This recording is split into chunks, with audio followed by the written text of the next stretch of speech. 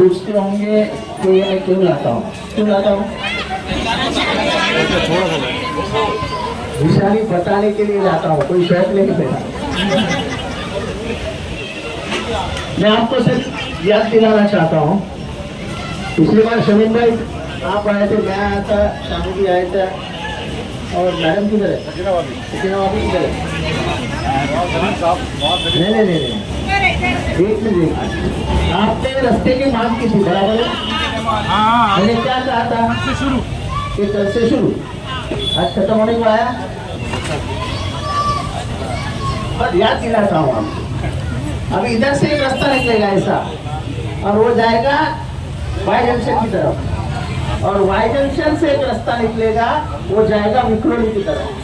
तो यहाँ के रहने वाला आदमी विक्रोली 15 से 20 मिनट में पहुंच जाएगा।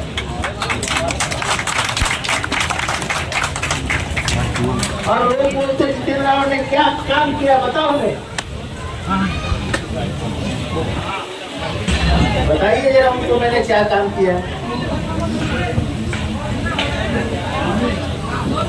जो एक काम करता है उसको याद रहता है।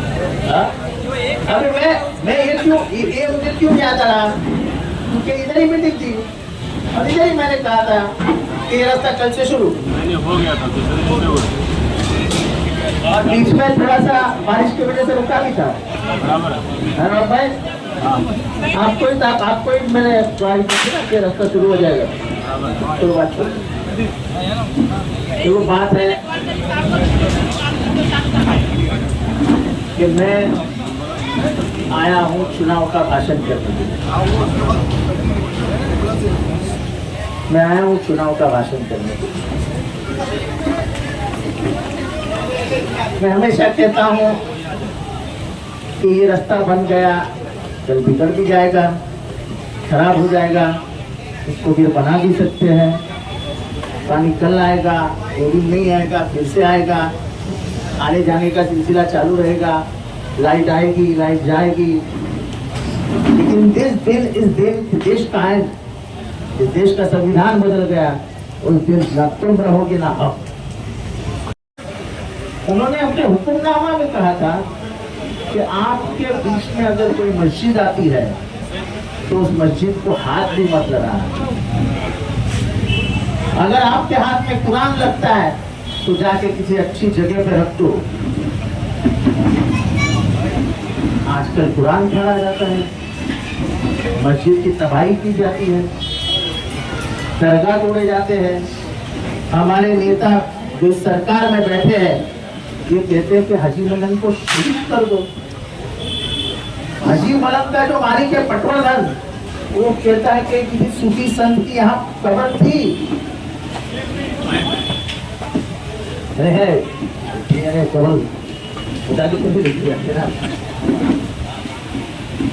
तो उसको उसकी तबाही करके क्या, मेरे क्या तुम्हारा मतलब क्या है?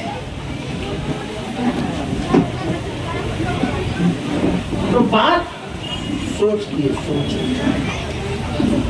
जो सोच इस देश को बचा सकती है वो भाईचारे की सोच है।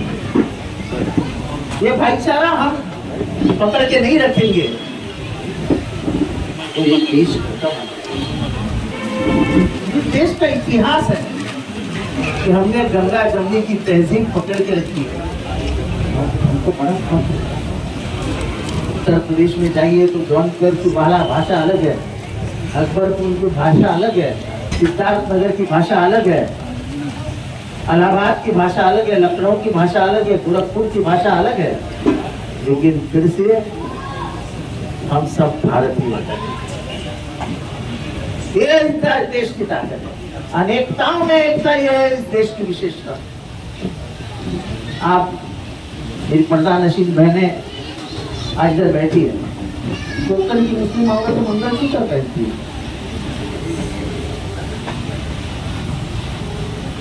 लेकिन है मुसलमान। वो जो समाज व्यवस्था चलती आई है उसको तुम बदल नहीं सकते ना, और उसको बदलने का काम सरकार ने भी नहीं करना चाहिए। जब सरकार ये कहती है कि तुम हिजाब मत पहनो, नकाब मत पहनो, सरकार किसी की जिंदगी के निजी हक में नहीं जा सकती है, ये संविधान ने कहा।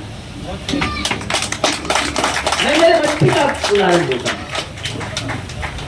मेरे बच्चे कुछ भी पहनते, कुछ भी, और मैं अगर बोलने जाऊं, अरे बेटा ये क्या है, अरे पापा इंग्लिश में बात करो, इट्स माई इंडिपेंडेंस, मेरी आज़ादी है, मुझे मत समझा रहे। नौजवान बच्चे हैं, आपको उल्टा सीधा सुना देते हैं, सबके नौजवान बच्चे वही करते हैं। लेकिन ये आज़ादी उनको समझ में आती है, तुम किसी की आज़ादी मार नहीं, और इस देश में आज़ादी मारने का काम है। आसाम में निकाह के ऊपर बंदी लाई गई और कहा गया कि कोर्ट में जाके मैरिज करो, तो फिर निकाह के समय जब आप जब बोलते हो कबूल कबूल कबूल, तो कहाँ बोलोगे? काजी नमाज का, काजी शादी बहा का जो रस्म होता है वो कहाँ करेगा? मेहर कहाँ लिखा जाएगा? क्यों पढ़ते हो इन सब चीजों में आप? अल्लाह रसूल के बारे में, अपने रसूल के बारे में जब बड़ा बुरा कहा जाता है तो पीछे पीछे बैठे हुए चीफ मिनिस्टर कहते हैं कि इस आदमी के बाल को भी हाथ नहीं लगा देंगे। हम उसको मारने नहीं जा रहे थे, आप लोग उसको मारने नहीं जा रहे थे। उम्मीद ये थी कि मुख्यमंत्री ये सबका मुख्यमंत्री है ना, तो पूरे महाराष्ट्र का मुख्यमंत्री, तो कम से कम हमको ये उम्मीद है कि कोई गलती करे तो मुख्यमंत्री का धर्म है कि उसको माफ नहीं करना चाहिए, वो कानूनन लिखा है, उसकी सजा उसको मिलनी चाहिए। विशाल करके दरगाह तोड़ा गया, नीचे आके मस्जिद तोड़ी गई। आज तक तो दरगाह तोड़ने वाले और मस्जिद तोड़ने वालों को अरेस्ट हुई। ये तो ट्रेन में जो मणियार चाचा को मारा गया, तो हमारे एक दोस्त थे,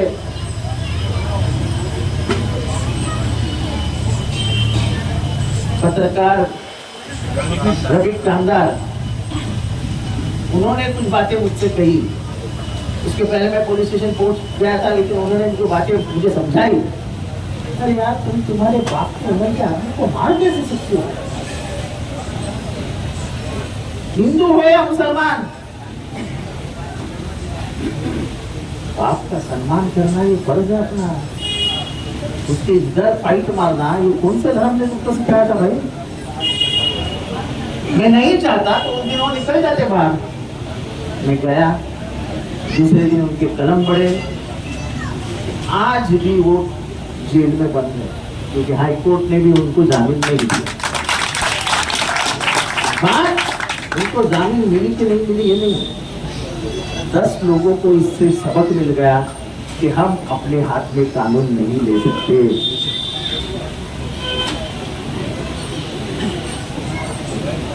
लोकसभा के चुनाव के दरमियान जो कुछ हुआ वो सिर्फ मुसलमानों ने किया नहीं, यहाँ का अमन पसंद हिंदू जो है वो खुद बीजेपी के खिलाफ चला गया है। मैं आपको सही बताता हूँ, और भाई चंद्रपुर में 1% मुसलमान नहीं है, 3.5 लाख से हार गए। गढ़चिरौली में 1% मुसलमान नहीं है, 2.5 लाख से हार गए। दिंडोरी में, नासिक में 10% के उस पर मुसलमान ही नहीं है, सब हिंदू है, सब जगह का।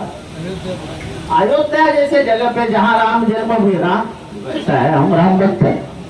मुझे शर्म नहीं आती कहते हुए कि मैं हिंदू हूँ, जन्म से हिंदू, मरूंगा हिंदू।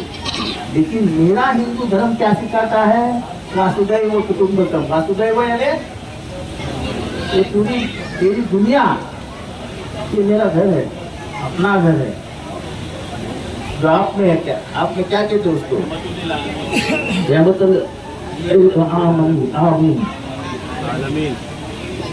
दोनों का मतलब तो एक है।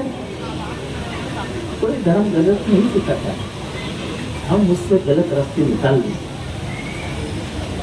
हिंदू मुसलमान तो राम मंदिर 6000 करोड़ रुपए का बनाया, और आप बिल्डिंग बनाते हैं, पहले साल में नीचे होता है क्या?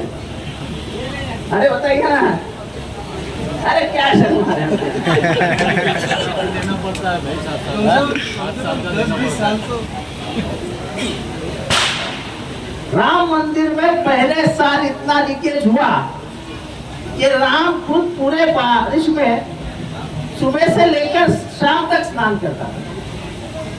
हमारे राम भगवान को नहीं छोड़ा उन्होंने। फिर राम भगवान ने क्या किया देखो, राम भगवान ने उनको अयोध्या में हरा दिया।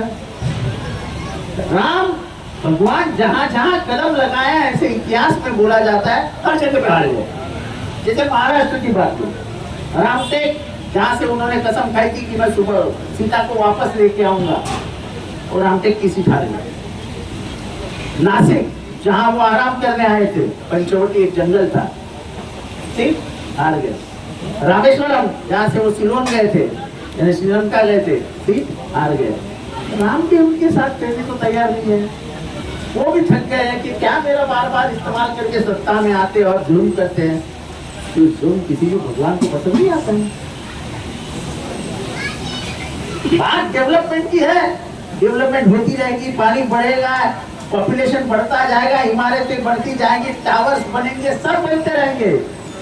लेकिन फिर से एक बार कहता हूँ कि जिस दिन इस देश की विचारधारा बदल गई और आरएसएस की विचारधारा जिस दिन इस देश में आई, उस दिन समझ लो कि यहाँ का दलित, यहाँ का पिछड़ा, मैं पिछड़ा हूँ, और मुसलमान, इसकी लड़ाई है, ये विचारों की लड़ाई है। आज डॉक्टर बाबा साहब अम्बेडकर ने वोट का हथियार दिया है आपके हाथ में। डॉक्टर बाबा साहब अम्बेडकर ने आपको एक वोट दिया, रवाब भाई को एक वोट दिया, और अडानी को भी एक ही वोट दिया है। आप लखपति हो, रवाब भाई करोड़पति है, और अडानी अरबपति है, तो उसको 20 वोट, उनको 10 वोट, और तुमको 3 वोट, ऐसा नहीं है ना। सभी को एक वोट दिया है। इस वोट की ताकत क्या है? इस वोट की ताकत तलवार जैसी है कि बिना खून से आप पूरी राजवट, यानी पूरी सरकार फेंक सकते हो। ये है 5 साल के बाद की तुम्हारी ताकत। लेकिन हम वोट देते ही नहीं है। ये तो अच्छा हुआ ये लोकसभा में आप जाग गए, इसलिए 400 पार का नारा लगाने वाले अमित शाह और नरेंद्र मोदी 240 पे आ गए, और 56 इंच की चीज 24 इंच पे आ गए। ये सब आपकी कमाल है, आप और अमन पसंद हिंदुओं की। वोटिंग से कभी दूर मत रहिए। देखो ऊपर भी पूछा जाएगा कि सब जुल्म जालिम कर रहा था, तो तुम क्या कर रहे थे? क्या बोलोगे? वोट नहीं दे रहे थे? क्या बोलोगे? क्या हम वोट के लिए गए नहीं थे? तुमको वोट के लिए जाना पड़ेगा, ये जिम्मेदारी है तुम पे। वोट करना ये जिम्मेदारी है, क्योंकि जुल्म और जालिम को सहन करना दोनों गुनाह है। तो वो गुनाह तुम करोगे? ये तो करते आजकल। तो बात यह है कि महाराष्ट्र में जो माहौल बिगड़ रहा है,